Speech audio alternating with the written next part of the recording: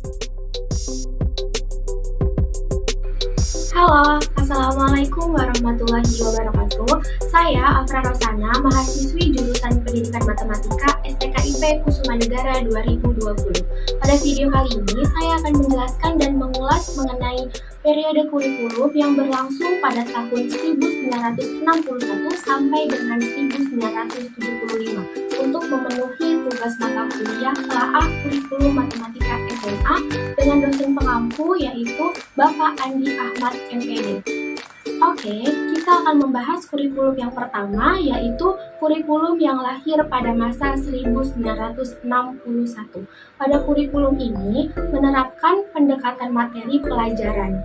Dalam hal ini maksudnya adalah yang sangat dipentingkan dalam kegiatan belajar mengajar atau biasa kita sebut dengan KBM. Pengertian dari KBM menurut kurikulum pada tahun 1961 ini adalah pemberian materi pelajaran sebanyak-banyaknya sehingga siswa memiliki pengetahuan yang banyak dan memadai. Namun dalam hal ini keterampilan terutama dalam keterampilan psikomotorik kurang mendapatkan perhatian menurut kurikulum ini. Selanjutnya, kurikulum kedua yaitu kurikulum pada tahun 1964. Kurikulum ini adalah kurikulum yang diubah pada kurikulum sebelumnya.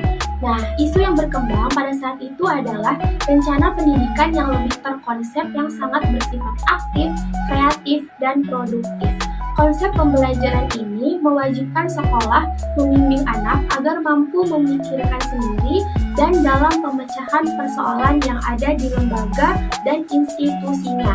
Kemudian, menjelang tahun 1964, pemerintah kembali menyempurnakan sistem kurikulum di Indonesia yang bernama Kurikulum 1964, lalu dipusatkan pada program Pancawardhana yang memiliki maksud yaitu pengembangan moral, kecerdasan, emosional atau artistik, keprigelan, dan jasmani. Adapun kelebihan dan kekurangan dari kurikulum tahun 1964 adalah kelebihannya bahwa pemerintah mempunyai keinginan agar rakyat mendapatkan pengetahuan akademik untuk pembekalan pada jenjang anak SD, sehingga pembelajaran dipusatkan pada program Pancawardhana yaitu pengembangan moral, kecerdasan, emosional atau artistik, keprigelan, dan jasmani.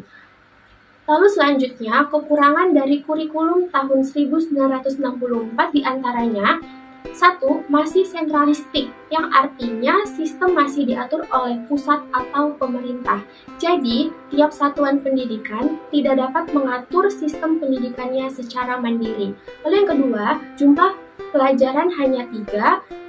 Yang ketiga, muatan materi pelajaran bersifat teoritis.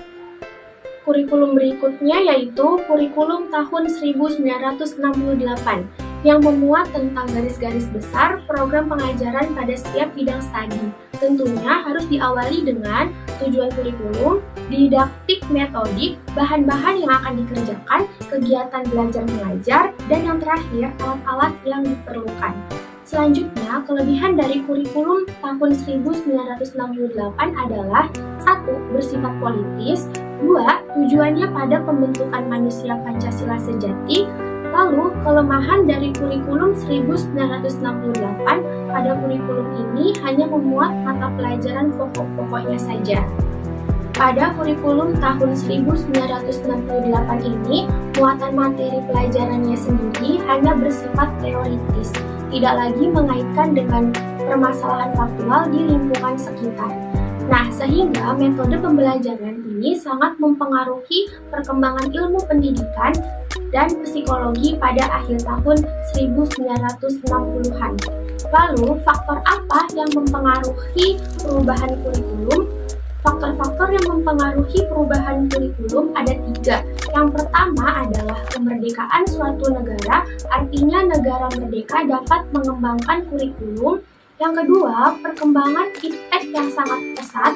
Yang ketiga, pertumbuhan jumlah penduduk.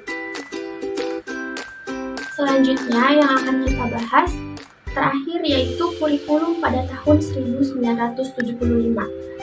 Setelah Indonesia memasuki masa Orde Baru, maka tatanan kurikulum pun mengalami perubahan dari rencana pembelajaran menuju kurikulum berbasis pada pencapaian suatu tujuan. Adapun menurut kurikulum ini, pengertian dari belajar ialah berusaha menguasai isi atau materi pelajaran sebanyak-banyaknya. Adapun latar belakang diberlakukannya kurikulum 1975 ini yaitu sejak tahun 1969, negara Indonesia telah banyak perubahan yang terjadi.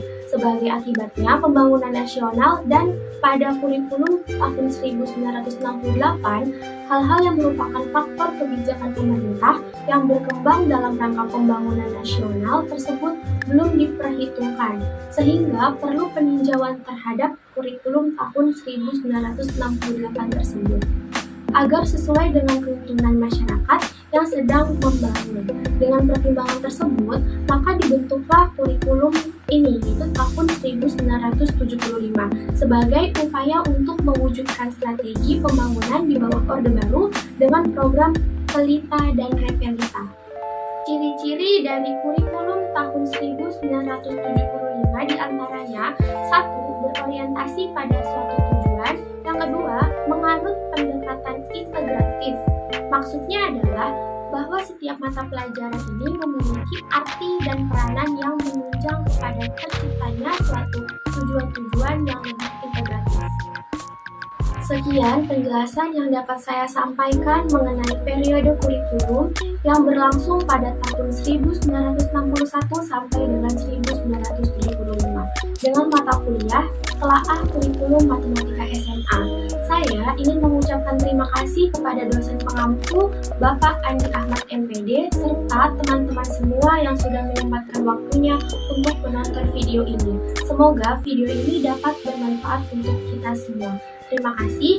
Wassalamualaikum warahmatullahi wabarakatuh.